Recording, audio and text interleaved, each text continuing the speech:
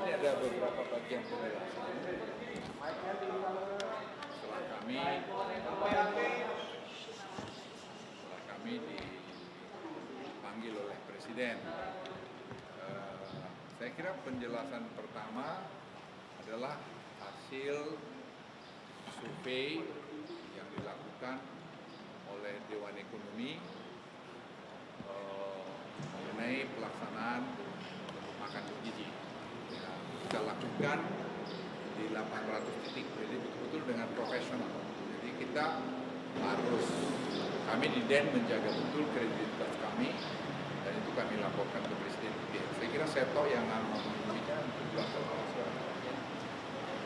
Terima kasih Bapak Ketua Dewan. Jadi satu hal tadi yang kami laporkan kepada Bapak Presiden adalah hasil dari survei MBG yang kami lakukan secara independen.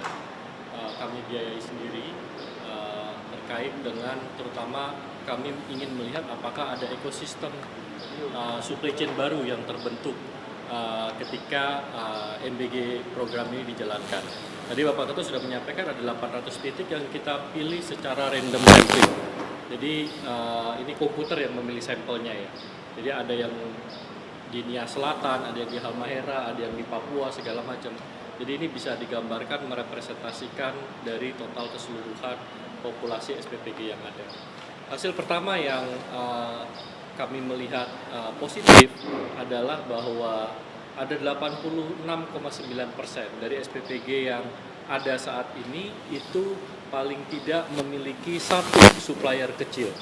Jadi ini adalah UMKM yang memang ada di dekat lokasi dari SPPG tersebut. Kalau dihitung secara rata-rata ada 3 UMKM yang digandeng oleh SPPG ini. Jadi ini membuktikan bahwa program MBG ini selain tadi mencapai tujuan Bapak Presiden untuk perbaikan gizi dari anak-anak Indonesia, ini juga menciptakan ekosistem supply chain yang baru.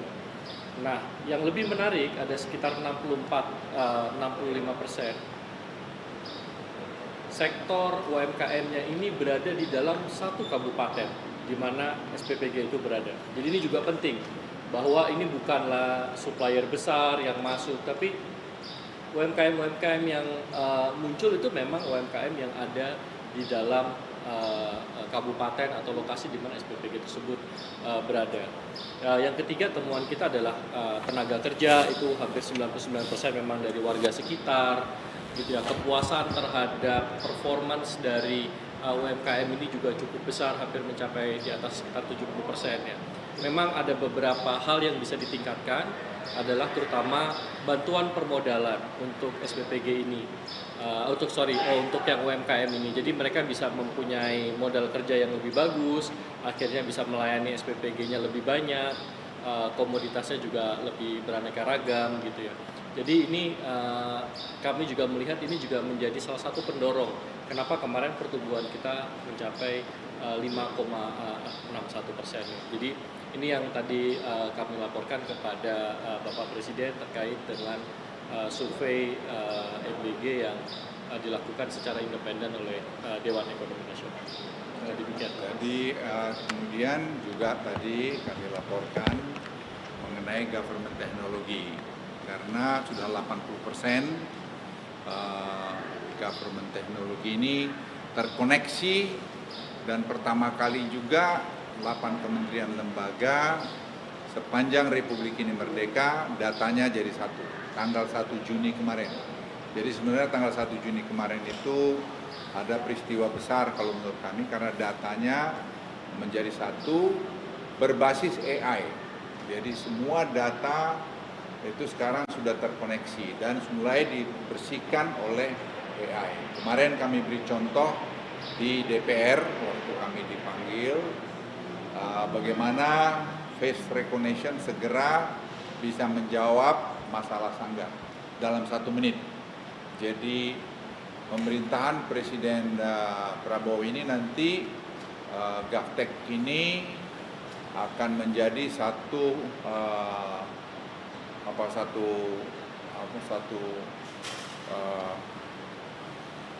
bagian yang paling penting. Kenapa? Karena semua data nanti akan terkumpul dengan baik.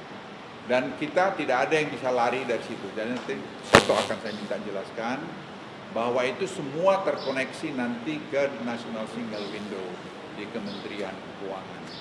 Ini saya pikir penting karena nanti dengan GovTech masuk, maka UMKM yang 64 juta itu kita akan grab supaya mereka itu juga ikut bagian yang 0,5% bayar pajak itu terlibat.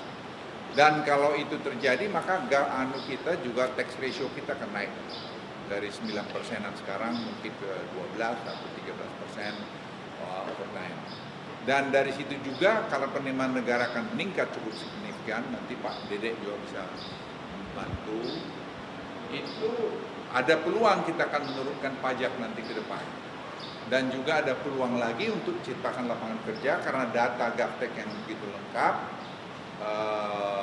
UMKM baru bisa akan dibentuk tadi sejalan yang saya jelaskan mengenai makan bergizi. Karena MBG ini memang program yang sangat baik, hanya pengelolanya memang perlu ditata dengan rapi.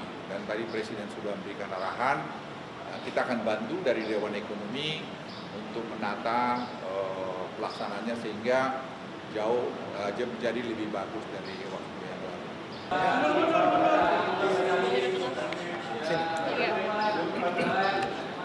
Tadi kami juga membahas tentunya perkembangan situasi terakhir, situasi makro yang berkaitan dengan kondisi sekarang, dan kami juga menyampaikan bahwa salah satu isu penting yang harus diperhatikan itu adalah kemungkinan mengenai risiko kenaikan harga-harga yang bisa terjadi akibat dari pelemahan rupiah.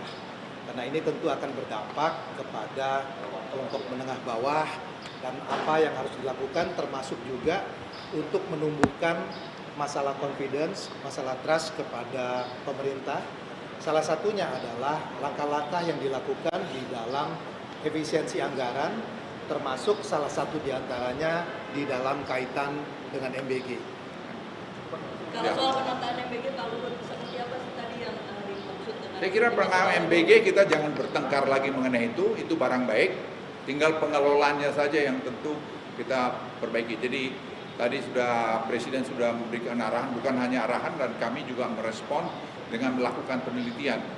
Survei yang dilakukan tadi dengan sangat kredibel, 3% margin of error-nya, dan saya pikir tinggal tadi kita tata dengan baik. Langkah seperti apa yang disarankan Presiden untuk bisa mengefisienkan anggaran dan Sudah efisien, sekarang anggaran cukup efisien.